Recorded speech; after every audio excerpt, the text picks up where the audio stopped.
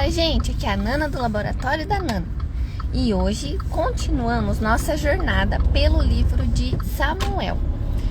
Hoje nós vamos ouvir os capítulos 5 a 8 e após eu vou compartilhar uma reflexão com vocês. Vamos lá?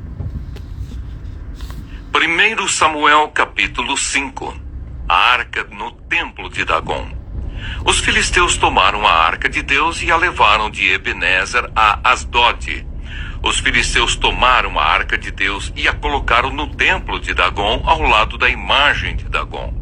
Quando os moradores de Asdod se levantaram de madrugada, no dia seguinte, eis que Dagom estava caído com o rosto em terra diante da arca do Senhor. Eles pegaram a imagem de Dagom e a puseram de volta no seu lugar. Levantando-se de madrugada no dia seguinte, pela manhã, eis que Dagom estava caído de bruços diante da arca do Senhor. A cabeça de Dagom e as duas mãos estavam cortadas e se encontravam na soleira da porta. Apenas o tronco dele estava inteiro.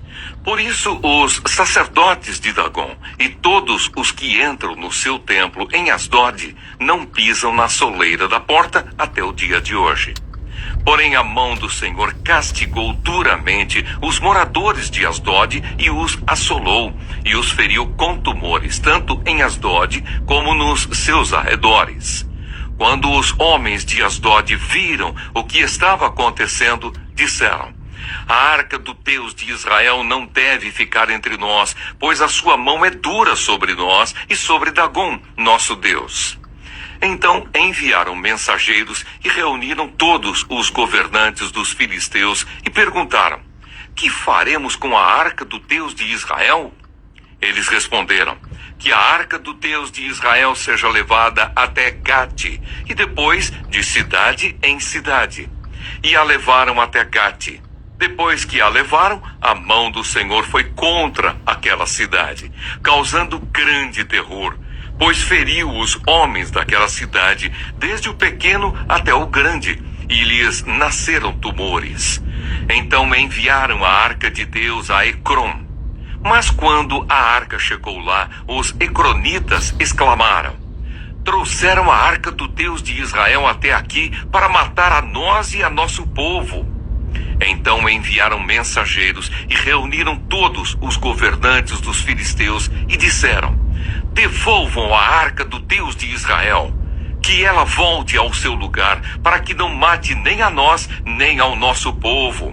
Porque havia terror de morte em toda a cidade, e a mão de Deus castigou duramente ali.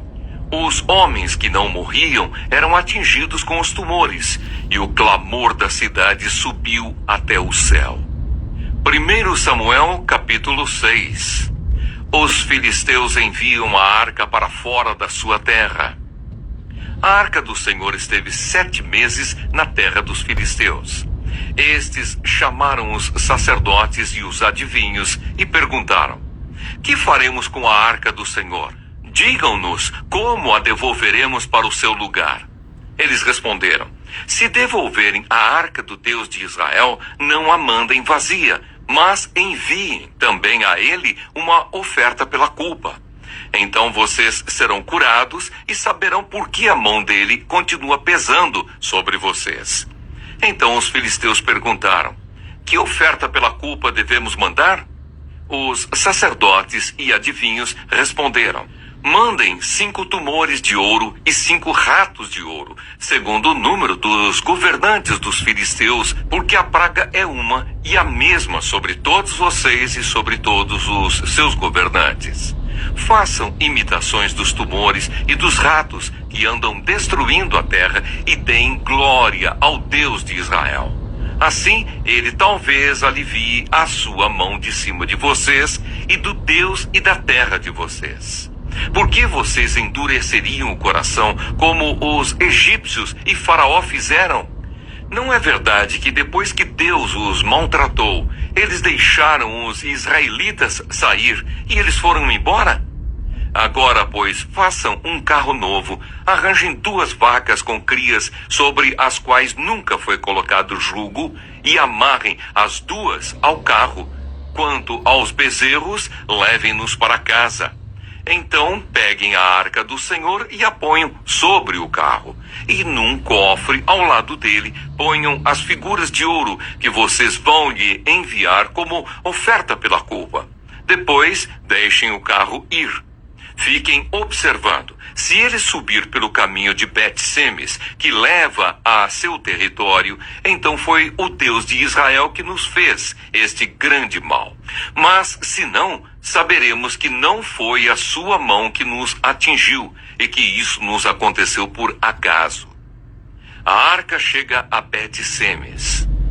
Os homens fizeram isso. Pegaram 2 vacas com crias e as amarraram ao carro e encerraram os seus bezerros em casa. Puseram a arca do Senhor sobre o carro, junto com o cofre que continha os ratos de ouro e as imitações dos tumores. As vacas se encaminharam diretamente para Bet-Semes e, andando e berrando, seguiam sempre por esse mesmo caminho, sem se desviarem nem para a direita nem para a esquerda. Os governantes dos filisteus foram atrás delas até a fronteira com Bet-Semes.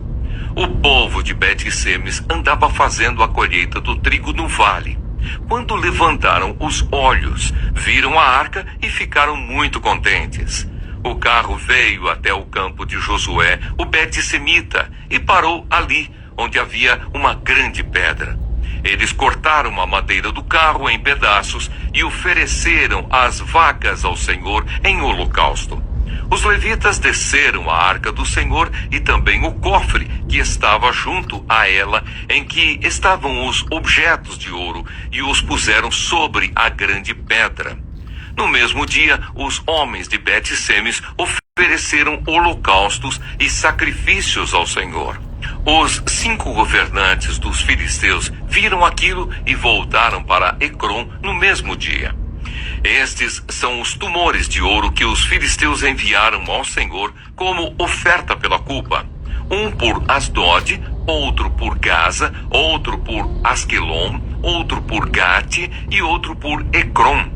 Enviaram também os ratos de ouro, segundo o número de todas as cidades dos filisteus, pertencentes aos 5 governantes, desde as cidades fortificadas até as aldeias campestres. A grande pedra sobre a qual puseram a arca do Senhor está até o dia de hoje no campo de Josué, o Bet-Semita. A arca chega a Kiriat-Jearim. O Senhor feriu os homens de Bet-Semes porque olharam para dentro da arca do Senhor, matando 70 deles. Então o povo chorou, porque o Senhor tinha feito tão grande matança entre eles. Os homens de Bet-Semes disseram: quem poderia estar diante do Senhor, este Deus santo? E para onde subirá para que fique longe de nós? Então enviaram mensageiros aos moradores de Kiriat-Jearim, dizendo: os filisteus devolveram a arca do Senhor. Venham até aqui e levem a arca com vocês. 1 Samuel, capítulo 7. Então os homens de Kiriat-Jearim vieram e levaram a arca do Senhor à casa de Abinadab, que ficava na colina, e consagraram Eleazar, filho de Abinadab, para que guardasse a arca do Senhor. Samuel exorta ao arrependimento. Desde aquele dia a arca ficou em Kiriat-Jearim, e tantos dias se passaram que chegaram a 20 anos. E toda a casa de Israel dirigia lamentações ao Senhor. Samuel falou a toda a casa de Israel, dizendo: se é de todo o coração que vocês estão voltando ao Senhor, então tirem do meio de vocês os deuses estranhos e os astarotes. Preparem o coração ao Senhor e sirvam somente a Ele. Ele livrará vocês das mãos dos filisteus. Então os filhos de Israel tiraram de seu meio os Baalins e os Astarotes e serviram só ao Senhor. Os filisteus são vencidos. Samuel disse mais: congreguem todo o Israel em Mispa e eu vou orar por vocês ao Senhor. Congregaram-se em Mispa, tiraram água e a derramaram diante do Senhor. Jejuaram aquele dia e ali disseram: pecamos contra o Senhor. E Samuel julgou os filhos de Israel em Mispa. Quando os filisteus ouviram que os filhos de Israel estavam congregados em Mispa, os governantes dos filisteus saíram para atacá-los. Quando os filhos de Israel ouviram isso, tiveram medo dos filisteus. Então os filhos de Israel disseram a Samuel: não cesse de clamar ao Senhor nosso Deus por nós, para que ele nos livre das mãos dos filisteus. Então Samuel pegou um cordeiro que ainda mamava e o sacrificou em holocausto ao Senhor. Samuel clamou ao Senhor por Israel e o Senhor lhe respondeu. Enquanto Samuel oferecia o holocausto, os filisteus chegaram para lutar contra Israel. Mas naquele dia o Senhor trovejou com grande estrondo sobre os filisteus. Eles entraram em pânico e foram derrotados pelos filhos de Israel. Os homens de Israel saíram de Mispa, perseguiram os filisteus e os derrotaram até abaixo de Bet-car. Então Samuel pegou uma pedra e a pôs entre Mispa e Sem, e lhe deu o nome de Ebenezer, dizendo: até aqui nos ajudou o Senhor. Assim os filisteus foram abatidos e nunca mais vieram ao território de Israel, porque a mão do Senhor esteve contra eles todos os dias de Samuel. As cidades que os filisteus haviam tomado de Israel foram devolvidas, desde Ecrom até Gate, e até os territórios ao redor delas, Israel tirou das mãos dos filisteus, e houve paz entre Israel e os amorreus. E Samuel julgou Israel durante todos os dias de sua vida. De ano em ano fazia uma volta, passando por Betel, Gilgal e Mispa, e julgava Israel em todos esses lugares. Porém voltava a Ramá, porque a sua casa estava ali, onde julgava Israel e onde edificou um altar ao Senhor. 1 Samuel capítulo 8. Os israelitas pedem um rei. Quando Samuel ficou velho, constituiu os seus filhos por juízes sobre Israel. O primogênito se chamava Joel, e o segundo se chamava Abias. Eles foram juízes em Berseba, porém os filhos de Samuel não andaram pelos caminhos dele, ao contrário, inclinaram-se à avareza, aceitavam suborno e perverteram o direito. Então todos os anciãos de Israel se congregaram e foram falar com Samuel em Ramá. Eles disseram: veja, você está ficando velho e os seus filhos não andam pelos seus caminhos. Por isso queremos agora que você nos constitua um rei, para que nos governe, como acontece em todas as nações. Mas Samuel não gostou desta palavra quando disseram: dê-nos um rei para que nos governe. Então Samuel orou ao Senhor e o Senhor disse a Samuel: atenda a voz do povo em tudo o que lhe pedem, porque não foi a você que rejeitaram, mas a mim, para que eu não reine sobre eles, segundo todas as obras que fizeram desde o dia em que os tirei do Egito até hoje, pois me deixaram e serviram outros deuses. Assim também estão fazendo com você. Agora, pois, atenda à voz deles, porém advirta-os solenemente e explique-lhes qual será o direito do rei que vier a reinar sobre eles. Samuel relatou todas as palavras do Senhor ao povo, que lhe pedia um rei, dizendo: este será o direito do rei que vier a reinar sobre vocês. Ele tomará os filhos de vocês e os empregará no serviço dos seus carros de guerra e como seus cavaleiros, para que corram na frente deles. Ele porá alguns por capitães de 1000 e capitães de 50, outros para lavrar os campos dele e fazer as suas colheitas, e outros para fabricar armas de guerra e equipamentos para os seus carros. Tomará as filhas de vocês para serem perfumistas, cozinheiras e padeiras. Tomará de vocês o melhor das lavouras, das vinhas e dos olivais, e o dará aos seus servidores. Ficará com 1/10 parte dos cereais e das uvas que vocês colherem para dar aos seus oficiais e aos seus servidores.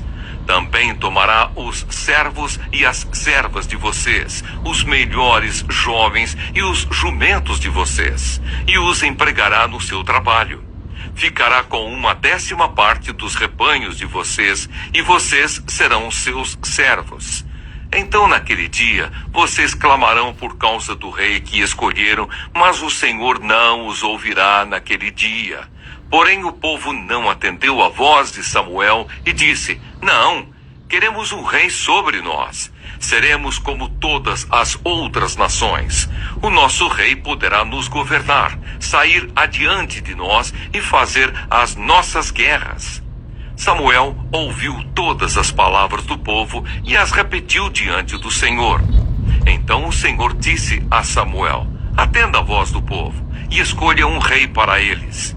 Então Samuel disse aos filhos de Israel: Cada um de vocês volte para a sua cidade. Bom dia, gente!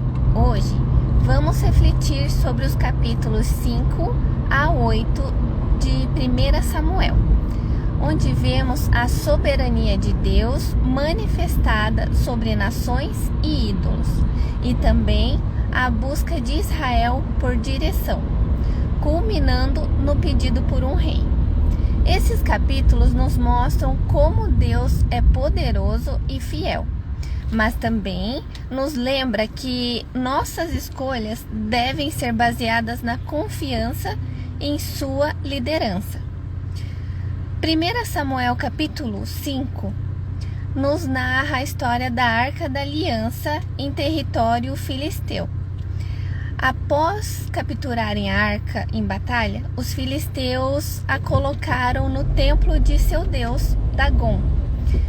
No entanto, Deus demonstrou sua superioridade ao derrubar a estátua de Dagom e causar calamidades entre os filisteus, que acabaram devolvendo a arca.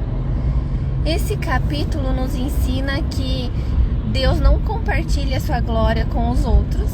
Ele é soberano e poderoso sobre todas as nações e deuses falsos. Mesmo quando o povo de Israel falhou, Deus continuou a mostrar que Ele está no controle de tudo. 1 Samuel capítulo 6 descreve como os filisteus, temendo mais pragas, devolvem a arca a Israel com ofertas de ouro, pedindo o perdão de Deus. A arca foi recebida pelo povo, mas alguns homens de Bet-Semes olharam para dentro da arca e foram punidos com a morte. Esse capítulo nos ensina sobre o temor e respeito que devemos ter pela presença de Deus. A arca simbolizava a presença de Deus, e tratá-la com irreverência resultou em severas consequências. Isso nos lembra que devemos aproximar-nos de Deus com reverência e humildade, reconhecendo sua santidade. 1 Samuel capítulo 7 relata o arrependimento e renovação de Israel. Após a arca ser colocada em Kiriat Jearim, o povo se voltou a Deus e Samuel os liderou em um tempo de arrependimento e purificação. O Senhor deu vitória a Israel contra os filisteus e Samuel ergueu uma pedra como um memorial, chamando de Ebenezer, que significa até aqui nos ajudou o Senhor. Esse capítulo nos ensina que quando nos arrependemos e voltamos a Deus, Ele nos restaura. Deus é fiel em nos ajudar e nos proteger quando o buscamos de coração sincero. 1 Samuel capítulo 8 marca o início da transição de Israel para uma monarquia, com o povo pedindo a Samuel que lhes desse um rei para que fossem como as outras nações.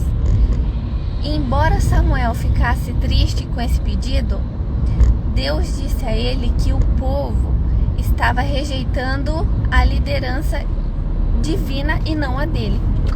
Esse capítulo nos ensina sobre os perigos de buscar a conformidade com o mundo. Muitas vezes queremos seguir o exemplo dos outros, ao invés de confiar nos planos que Deus tem para nós. O povo de Israel queria um rei como as outras nações, mas rejeitaram a direção de Deus, que sempre havia sido seu rei.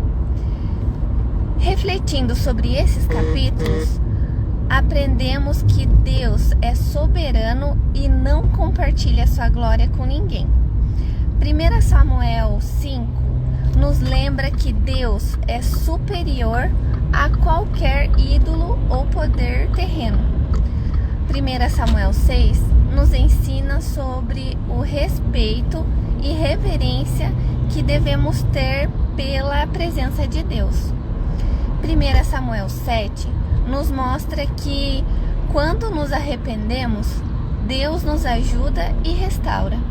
E 1 Samuel 8 nos alerta contra o desejo de sermos como o mundo, ao invés de confiar na liderança e no plano de Deus para nossas vidas. Que possamos buscar sempre a direção de Deus com um coração reverente e confiarmos em seus planos, ao invés de nos conformarmos com os padrões desse mundo. Que vocês tenham um ótimo dia. O vídeo vai ficar disponível no YouTube. Então, para quem não se inscreveu, se inscreve no canal. Curte o vídeo, compartilha. E fiquem com Deus. Até a próxima. Tchau, gente.